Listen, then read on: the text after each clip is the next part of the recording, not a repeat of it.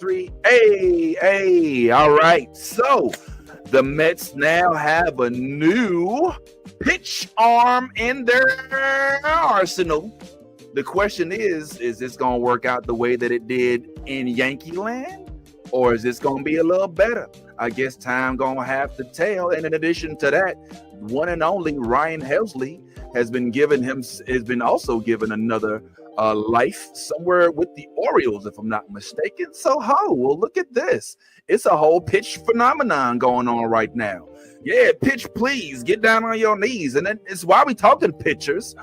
Also, the one and only Dylan Cease has now secured himself not a 1, 2, 3, 4, 5, but a 7-year contract, which is like crazy in the arena of pitchers. But good on you, homeboy. Let's go ahead and chat on. I got the homeboy Ty here with me. Let's get it. It is on the Black Big Baby.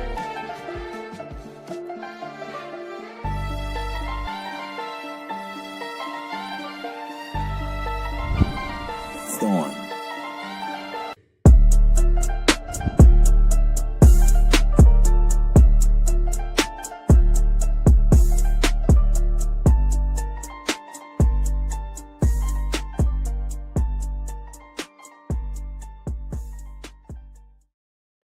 All righty. As I said, Devin Williams, who is going to be our leadoff chat, is now officially across the waters. And since we talking stuff going on in the tri-state, I had to bring the homie Bad Top Bricks on the chat on it. What's going on, homeboy? You full? Peace. Yeah, Thanksgiving. Full, all that Thanksgiving turkey that I'm still eating probably 5 days later. You know what I'm saying? Yeah. I don't think I'll die yet. So we could. Long story short, I had to get some assistance to kind of get rid of the food that had been stuck in my stomach since Thursday. Yeah, I had to go to the medicine cabinet. Get some prunes and things of that sort. But let's not talk about that right now because it's been a long. So yeah, let's chat on this real quick because I think that this is a good discussion to have now. Obviously, Devin Williams is a friend of mine. At least in my head, because he's from St. Louis as well. Good cat. Now just outside a little bit, but still we consider him a little boy. And it is unfortunate that he did have the year he had in New York with the Yankees. I know it didn't go the way he wanted it to, but he did end up fairly decent. Now, the one thing I want to say real quick before we start talking about what all Devin did, what he didn't do, what happened with him, what did happen, is I can say this without any hesitation. One person who is going to be very, very happy that despite Devin Williams having come to New York, to Yankees territory, and not necessarily giving them that closer that they was hoping for to relieve Luke Weaver of his efforts. And he did end up exploding his ERA. Yes, we know this. And I think that some of that still lingers from that damaging, that crushing Pete Alonso knock from the year before in the playoffs between the Brewers and the Mets.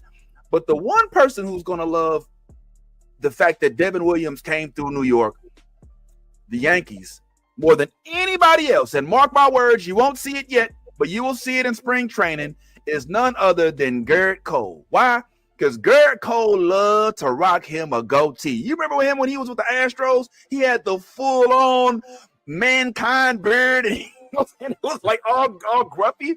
And then he went to the Yankees, and he had to cut it all off. Well, guess what? Now, because of the Devin Williams beard rule, where they had to, kind of because his confidence left when he was the guy on the right, and then he got a little stronger when his beard grew back in. But now, as a result of Devin Williams having been a member of the New York Yankees, almost 100 years of tradition of them having to deal with not being able to have facial hair of sorts has been eradicated. And so I think that your future looks bright, Yankees, because when Garrett Cole come back, he's not only going to have his arm intact, but his whole beard intact. Hallelujah. And I feel like that is going to do wonders for his confidence. Ty, am I tripping? Am I talking trash? Does this make any sense? Do you agree with me? Or is this just me being silly?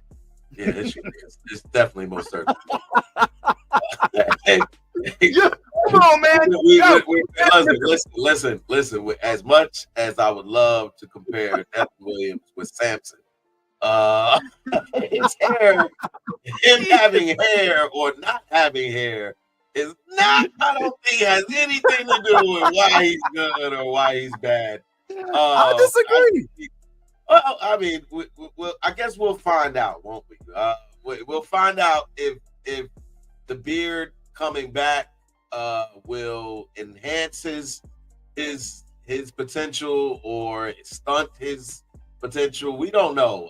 Devin Williams is still kind of he's a little bit we're not sure. I'm not sold on Devin Williams like you are. I saw what he did last year for the Yankees, and I see why the Yankees didn't re-sign him. Wow. Yeah, me too. When you get a closer, the biggest thing for a closer is being able to get in there with a lead. Most of the time, it's a lead. I don't think I've ever seen a closer get in there without a lead. So I don't. When you get in there and somehow, some way, find a way to muck it all up, then I just don't have the same. Nah. It's Devin. I'm still out on Devin. This is great for him that he's able to convince another team that he's that guy. 3 years, $51 million sounds like they feel like they found their guy. And so this is another opportunity for Devin Williams yet again to show that he's a winner or a dud. And I personally, at this point right now, still believe he's on the dud list for me. Wow. Okay. So you're what have you done for me lately type of guy, and I understand that. That's how most folks are. But you will admit that prior to his being sent over to the Yankees, that he was a dominant closer. Like when you saw Devin Williams getting called in from the bullpen at the end of a Brewers game, like you wasn't really concerned. Like of course, we have the playoffs. We all know what happened with Pete Alonso and how he shattered his confidence, shattered the Milwaukee Brewers' opportunity to get into the postseason in 2024. But prior to that, we're talking about a dude who kept a sub-2 ERA almost every time he hit the mound, who was literally dominant. And now, if by chance the Mets happen to be able to hold on to Edwin Diaz, we're looking at a mean 1-2 punch. Now, here's why I'm a little higher on Devin Williams than you. Obviously, he's the Lou boy, so I got to give that man 314 love all day.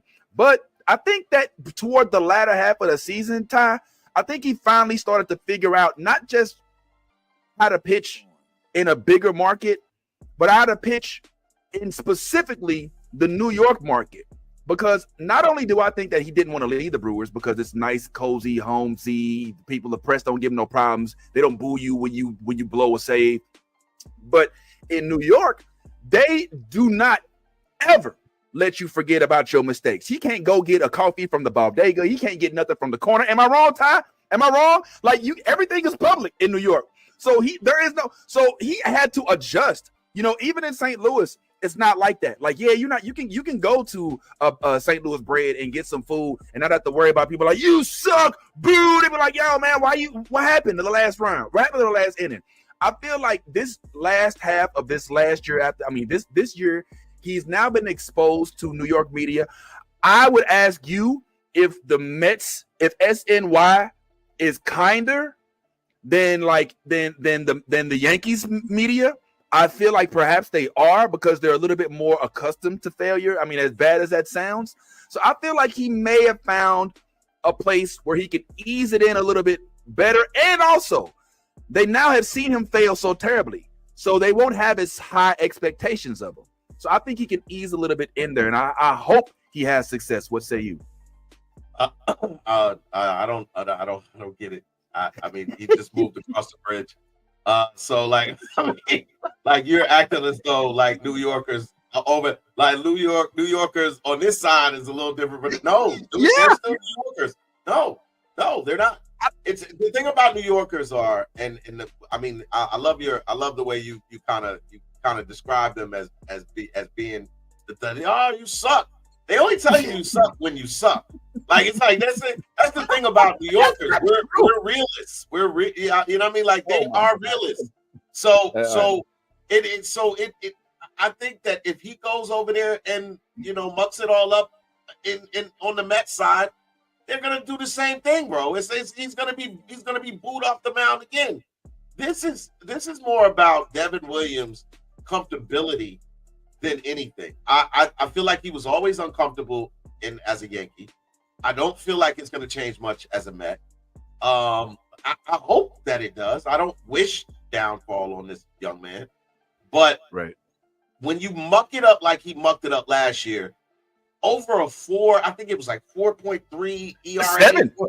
I think it went up to like 7. let me double check, but at his highest, I think his average last year was 4.79. It was 4.79 was his ERA. I'm thinking of Ryan. I'm sorry. My bad. Yeah. He had 18 saves, played 67 games, 4 wins, 6 losses. Not a lot to like jump up and joy about. The 18 saves, great. That's great. But it's not a lot to jump up and joy about. I said this maybe a week or two ago when we did the show, and I said there's going to be a lot of teams that overpay for pitching this year. And they'll have to, because there's a large demand and not a really large supply. And so there's going to be pitchers that get overpaid for their play. I do believe that Devin Williams is one of those pitchers that is getting overpaid because the market just isn't, there's just not a large market of closing pitchers that are out there right now that have experienced some success at the position. And I think that the Mets are going to find themselves in the same position they were last year with the pitching staff. And that's what I feel like. I feel like they're going to find themselves, if not worse, in the same exact position they were last year. I will say this and we'll move on to something real quick. I do agree with you that the Mets have not necessarily made the best moves with regard to their bullpen. They seem to keep, like last year it was this year I guess it was Ryan Helsley and in their defense, Ryan Helsley was dominant. He was an all-star in 2024, and then they catch people on a downward spiral, and that's the only concern I have. And from what I'm seeing, it doesn't look like the Mets training and coaching staff had that capability, kind of like in LA and other places where they're able to make you a better pitcher, right? They're kind of like, come on in and we need your help.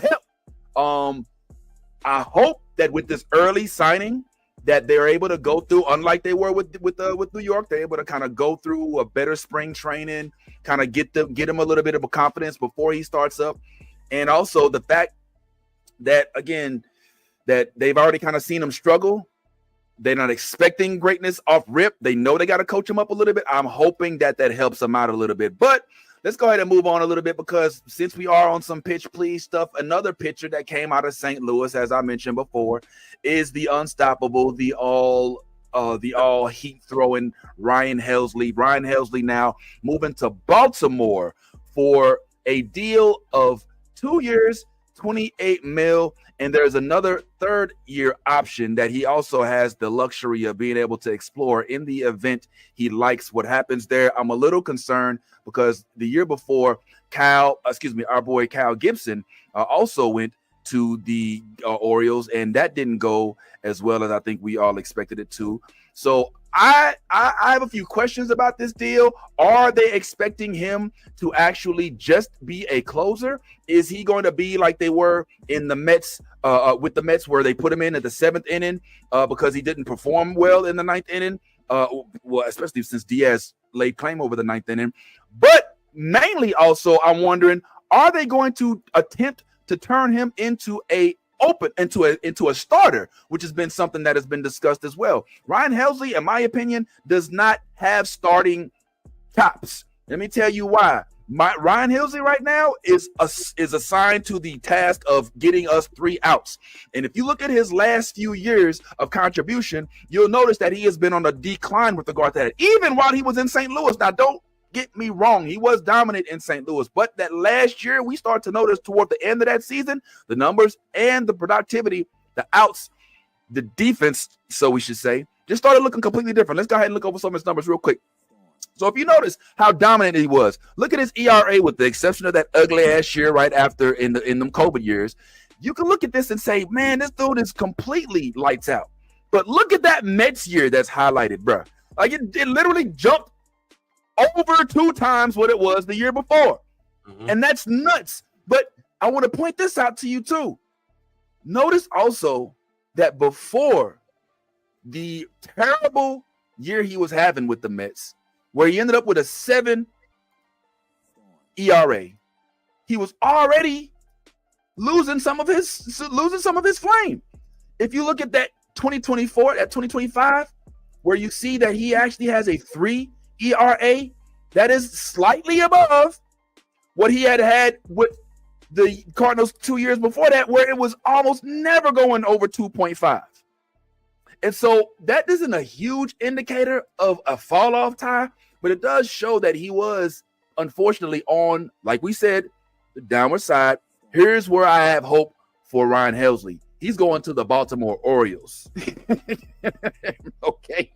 And the Orioles are in free fall. Now, yes, they got new management. Yes, they got new a whole lot of new things to look forward to.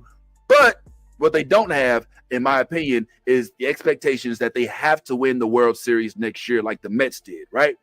So he can go in with a little bit of a cushion, knowing that they're in a minor bit. I don't want to call it they're not resetting, but they're kind of like recalibrating.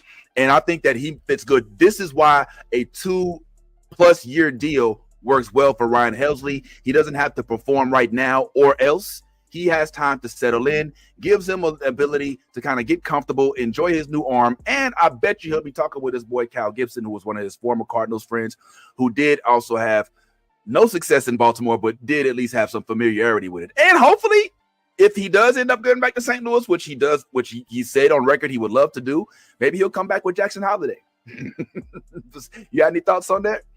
I think this is a chance for him to revitalize his career. I think the Mets underutilized him. That's number one. Which in any sport, players have to play. And the longer you sit them, the longer they're out, the longer they're away from the game, there's regression. And I think in his defense, he did not play nearly enough for the Mets. Yes, when he did play, he was absolutely egregious. But again, that has a lot to do with not having consistency on the field. So I think in Baltimore, you're right. I think there's going to be a lot less asked of him, a lot less weight placed on his shoulders, and it's a potential place for him to revitalize everything that we've seen in the past from him. One bad year, I won't just the same thing with Devin. Having a bad year is not out of the ordinary. Every great player can have a bad year. It's the bounce back. But with Devin, I'm a little less confident because you just moved laterally. You didn't really, it's a lateral movement. Like you just went from one side of the bridge to the other side of the bridge. And here we are, I don't think that's a lot. The expectations are still high. They're still in New York. They're still in an organization that wants to win right now, and is built to win right now. So they're gonna want Devin. They're gonna look at Devin the same way the Yankees looked at Devin last year. They're gonna look at Devin, expecting the Devin that played in Milwaukee and had all his success to come in and have that immediate success for their team. That you don't go out and pay a closer $51 million. On a 3-year thing, unless you believe in what he can bring to the organization. So, it's a little. I think it's a little bit. It's going to be a little bit more of an uphill battle with them. I would think that. I think that's unfair. I don't think that the Mets think that they're getting the same Devin Williams that the Yankees thought that they were getting. Like, I think the Yankees thought that they were getting the dominant closing pitcher who had 1 or 2 bad outings last year, specifically in the postseason, that were on display. And they thought, okay, we just make a couple tweaks here and there. Turns out he doesn't thrive well in this market, in my opinion. I mean, he put on a little weight, lost his beard. I just think it was just weird. I think the Mets looked at that and said, okay, let's do something different. The same way they think about Juan Soto. All right, yeah, we saw what you did there, but let's see if we can do something different. You know what I'm saying? I think the Mets pride themselves on not being the Yankees. And so I can only hope that they'll give him, if I knew the Mets, which I don't, but I would say that right now they're already talking about what kind of mechanics they need to work with them on so they can prevent him having the same type of outings that they had the year before. But just to kind of take it back to Ryan Helsley, a little bit different. It's like a complete reverse movement for him. He's not going from laterally, like you said, from one market that's big to another market that's big. He's going from a big market to a small market, and a market that didn't even Danner didn't even have a winning record last year, or did not have a winning record. Damn near. So I'm just like, I think that he's going to have a lot more success just because I think that these are two small market dudes that are now going to get more runway to prove that they have the ability to be the pitchers that everybody knows that they can be. So we'll see how that goes. I got one more pitcher on this docket, and since we're talking pitching, I'll go ahead and say that this dude, I honestly did not expect to sign as a Blue Jay. Dylan Cease is now with the Blue Jays for a long-term contract, which is crazy. Like, I'm not gonna lie, my man JR and I was talking about this, and we're saying, like, yo, contracts don't really mean that much anymore, because, like, I don't know if he's going to end up being there for 7 years, because he can't be that good for 7 years. But to offer it, that means that they're willing to deal with it for at least 3-4 years. And with that, okay, thanks. For that, I'm thinking, all right, cool. But for some reason, Ty, I thought that this dude would have made a better Pirate. And it's probably for superficial reasons, because I feel like he looks almost just like Captain Morgan. And that's just me. I don't know if you see it or not, but it's clear to me. I mean, it just depends on when, how far he wants to let his hair grow out. But I could have swore that I would have saw him in the pinstripes over there, right in front of the Allegheny River, playing with your boy O'Neal Cruz as a second baby to Paul Skeens, because, man, I'm getting Captain Hook vibes from Dylan Cease on the day. But in all seriousness, I hope that this works out, but I will say I've watched Dylan Cease very closely, and Dylan Cease had a phenomenal 2024. He had this no-hitter versus the Washington Nationals that I think put him on display for the whole league. But then it feels like he struggled consistently after that. His pitching is great, but it feels like he is having the greatest bit of difficulty getting to the end of his tenure of giving me 6 innings. Or 7 innings. Like, for the latter half of whatever game he's in, he starts to waver and he gets knocked. If he doesn't get it in the first inning, which I don't know if you remember, but when the Padres were just about to get into the playoffs, he was pitching and he was letting a lot of pitchers get hit out the park. And it's one of the reasons why Padres didn't end up going into the playoffs. So I don't know what the Blue Jays got over there up in Toronto that's going to make them so much better, but I guess we will have to see. What are your thoughts, fam? Let's go ahead and wrap on up.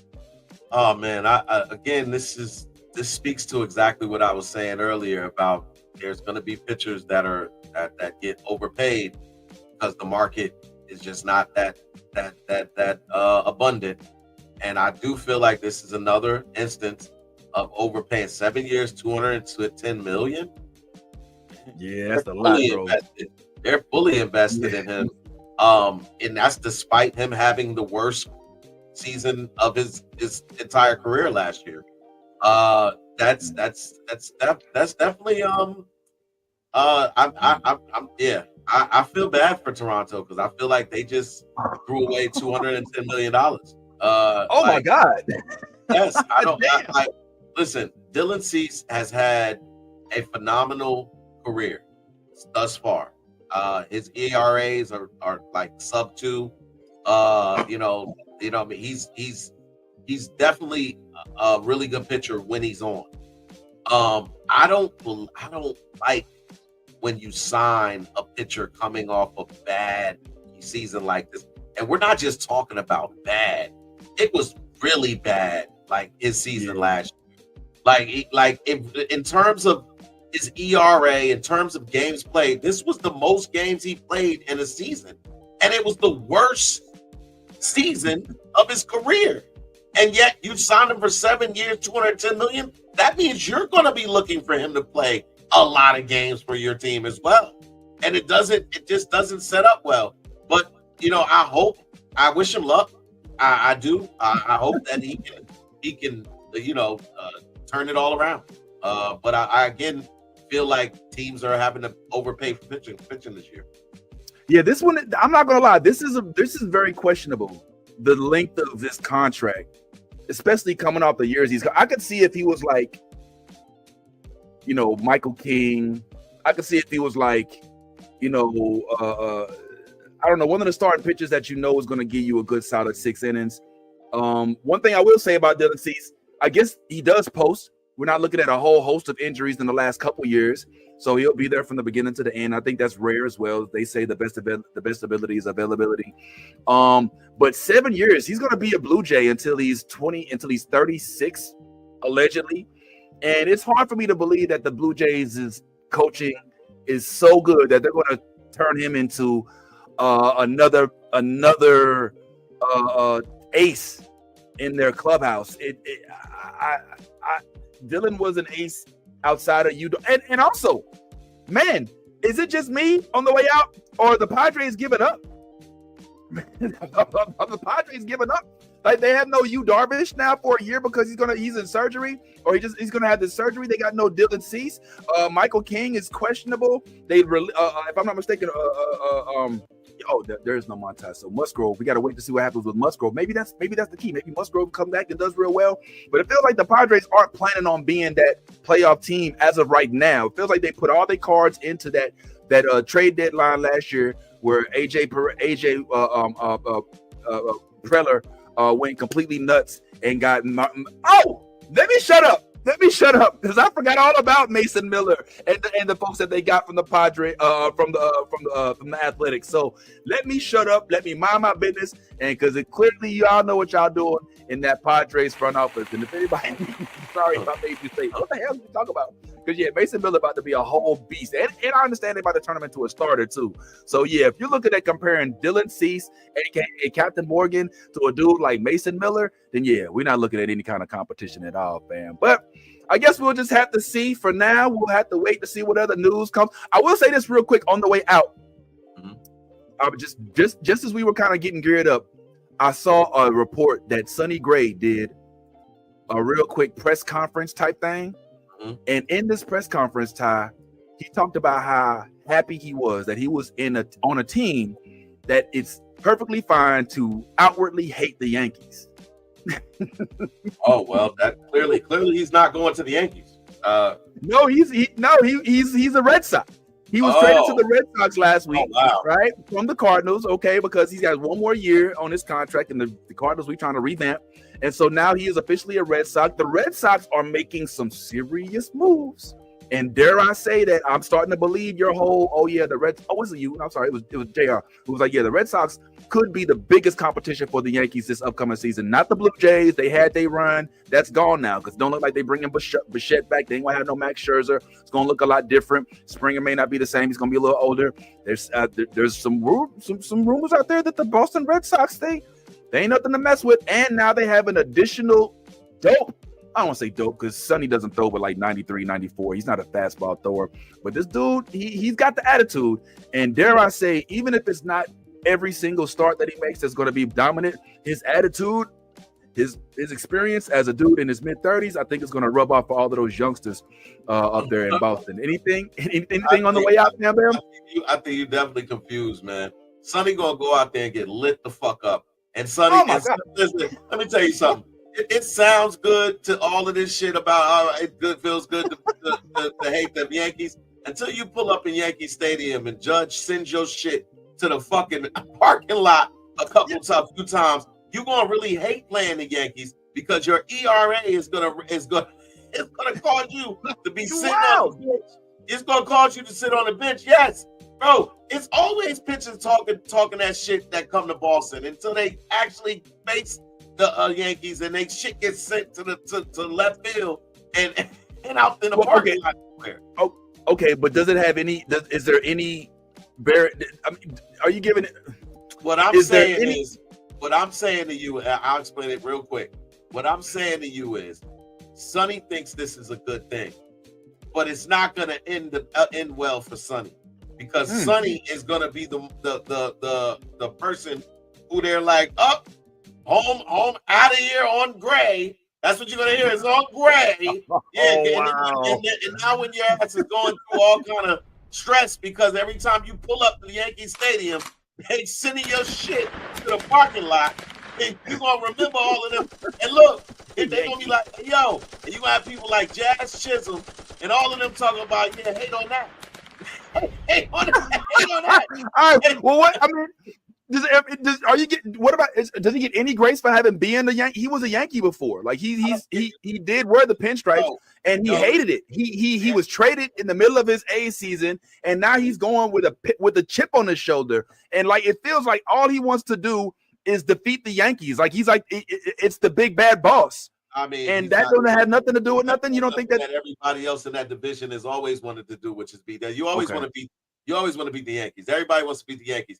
But now you done publicly came out there and said it. You think Jay sitting there chuckling to himself, oh, they got a new toy?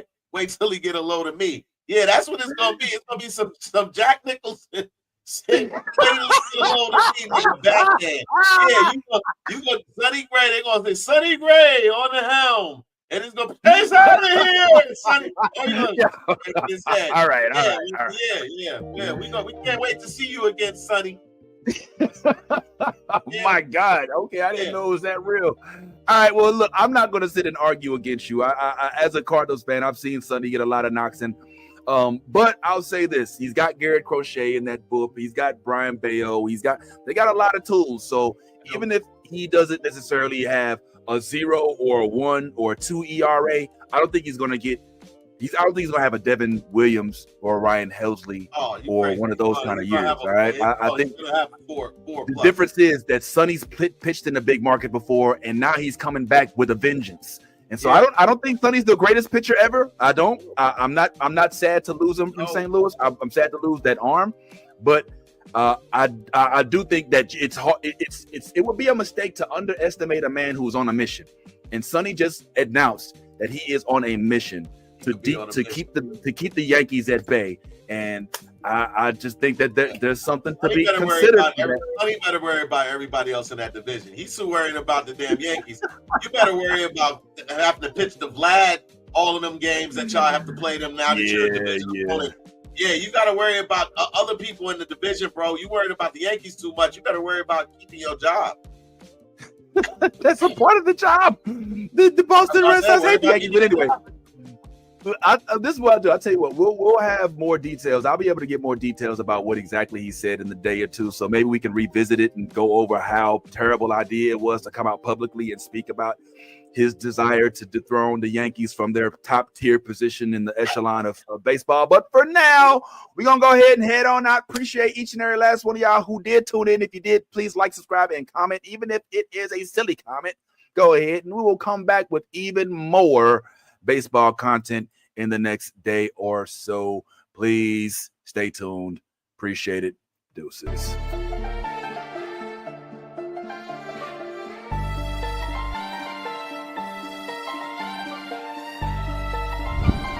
Storm.